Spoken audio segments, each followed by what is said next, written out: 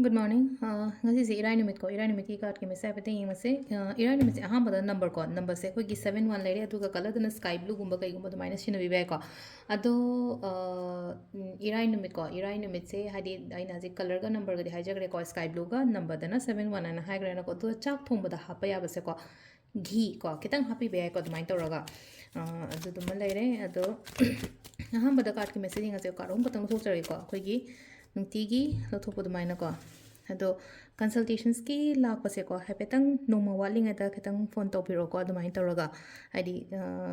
offline consultations ki lakpase ko adi store gi number hapina ko adu call to biro ko adu ga pot ki ga yoi taraga dum call to biro ain hojik phone pai base ketang pharak ta ba yoi ko ai gi personal number hanagi ma'am na to biro ko dum hadi han bangam da ba yawe keno to ko pau phong na bangam da ba yawe dum store gi number da dum contact to biro ko adu ma ler ko adu sida card home ler ko card home sida ki ama khan bira se card number 1 card number 2 adu ga card number 3 ko ahamba ko hadi first card khan banga yenga se ko first card khan banga yuna hadi silai se kari message la kya budonga si gi na ngasi gi oina sida lai se ko hadi sida help harasne ko mina mating gumba kai gumba toro podo oina oiri ko ahamba da ahamba gi card se ko mina mating harase hadi nupi gumba kai gumba ima oiro iche oiro ai gi wife oiro mo oiro ko adumai toraga ai gi mating gumba kai gumba toro ko number 2 ko number 2 is na silai se hadi ketang tap kani ko kaino malakwa matam da ngasi se ngasi ai kenom ngai na khalaga di ngasi oge da matan mo ta hayeng natraga hangchi gumba kai gumba dumai no oiba ko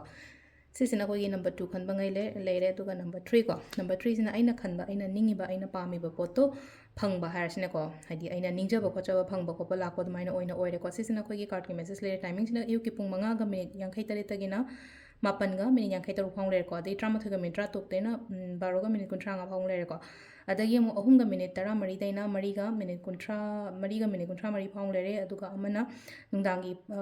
sina pung tare ka minute yang khai manga daina mapan ga minute kunthra nga phang le re aduga atheng baina trama thoga minute ra tok te na nongalamdai gi mari ga minute tara tare phang le ko sisina ko gi ngasi gi oina afaba timing ko du silere ko gi daily card message se ma'am thank you